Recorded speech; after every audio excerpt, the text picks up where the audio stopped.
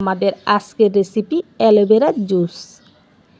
আমি যেভাবে বানিয়ে দেখাবো এভাবে বানিয়ে যদি অ্যালোভেরা জুস খান তাহলে সামান্য পরিমাণও তিতা লাগবে না।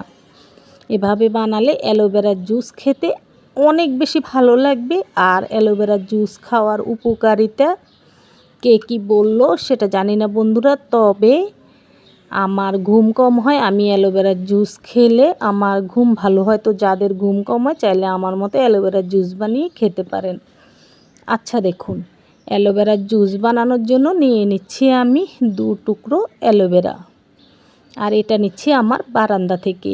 আমার বারান্দায় আমি একটা বাটিতে বালু এবং মাটি মিশিয়ে তারপর অ্যালোভেরার চারা লাগিয়েছি, সেখানে গাছ হয়েছে ইনশাল্লাহ।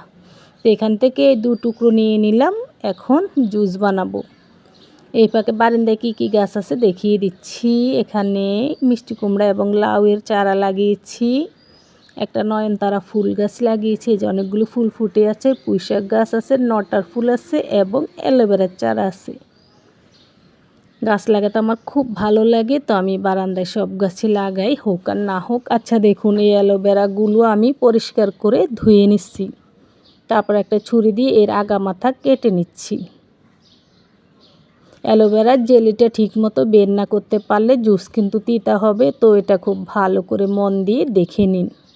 ভিডিওটা টানাটানি করবেন না, শেষ পর্যন্ত দেখবেন, তবে আপনি পারফেক্ট মজাদার জুসটা বানিয়ে খেতে পারবেন।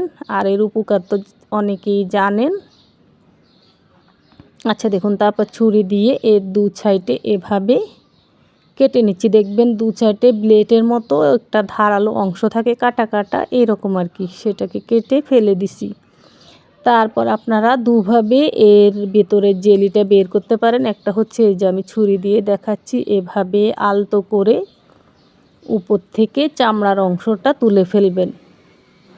তবে আমার কাছে এভাবে কঠিন লাগে, পরেরভাবে সহজ লাগে। আচ্ছা দেখুন, আগে এভাবে দেখাই, যার যেভাবে সুবিধা লাগে ওভাবে এই কাজটা আপনারা করতে পারবেন। আচ্ছা, আপনারা যারা আমার ভিডিও দেখেন আপনারা জানেন আমি আলতু ফালতু ভিডিও ছাড়ি না। আমি যেটাই ছাড়ি, যেটা মানুষের উপকার সেটা ছাড়ি, এবং যেটা আমি নিজে করে ভালো পাইছি সেটাই ছাড়ি। তো বন্ধুরা, সেই রকম আজকের অ্যালোভেরার জুসটাও, এটা যারা খাবেন ইনশাল্লাহ ঘুম হবে। আমি আমার ঘুমের জন্য এটা খাই, ঘুমের ওষুধও ঘুম হয় না, তবে এই জুসটা খেলে আমার ঘুম ভালো হয়। আচ্ছা দেখুন, তো একটা আমি আলতো করে চামড়াটা তুলে নিচ্ছি, আরেকটা মাঝখান দিয়ে ছুরিটা দিয়ে 2 ভাগ করে নিছি। তো মাঝখান থেকে ছুরি দিয়ে 2 ভাগ করলে এটাই সুবিধা, আপনারা এভাবে নেবেন, এটা সহজ কিন্তু। তারপর একটা চামচ দিয়ে এভাবে আলতো করে আঁচড়ে আঁচড়ে এর জেলিটা তুলে নিচ্ছি।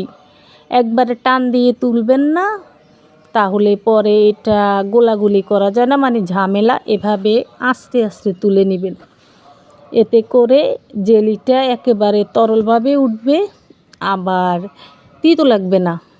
ওই একবারে তুলতে গেলে চাকা হয়ে যায়, ওভাবে কিন্তু তিতো লাগে। আমি ওভাবে তুলে দেখছি, এভাবে আস্তে আস্তে তুলবেন, যেভাবে দেখবেন এটার সাথে সাথেই গলা গলা এই যে এরকম ঝোল ঝোল হয়ে উঠবে, এভাবে উঠাবেন।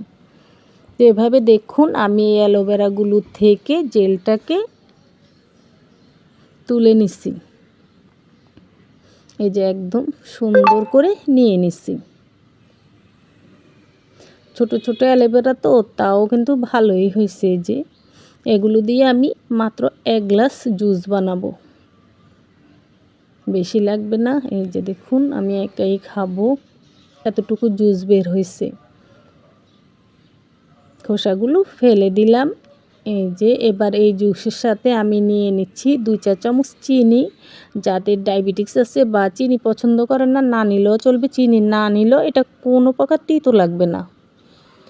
আর নিয়ে নিচ্ছি আমি 1 চিমটি লবণ, নিয়ে নিচ্ছি 1 টুকরো লেবুর রস। লেবুর রসটা দিবেন, তাহলে জুস থেকে খুব সুন্দর ঘ্রাণ আসবে, আবার খেতেও টেস্ট লাগবে। আচ্ছা, তো সব কিছু নেওয়ার পরে আমি একটা বড় বাটিতে নিয়ে নিচ্ছি, কারণ এগুলো লাড়াচাড়া করা লাগবে।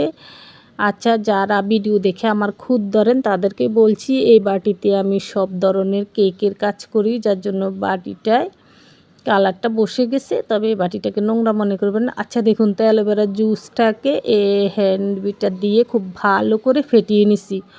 অবশ্যই খুব ভালো করে ফেটিয়ে নেবেন, না হলে কিন্তু জুস খেতে তিতো লাগবে। তো ভালো করে ফেটানোর পরে এখানে পুরো 1 গ্লাস পানি দিয়ে দিছি। পানিটা দেওয়ার পরও খুব ভালো করে আমি আবারও ফেটিয়ে নিছি, যাতে করে জেলির কোনো দানা ভাব না থাকে। এবং তারপর এই গ্লাসে ঢেলে নিছি। এই যে দেখুন হয়ে গেল অ্যালোভেরা জুস, সেই মজা। এভাবে বানিয়ে দেখবেন, সামান্য পরিমাণও তিতো লাগবে না।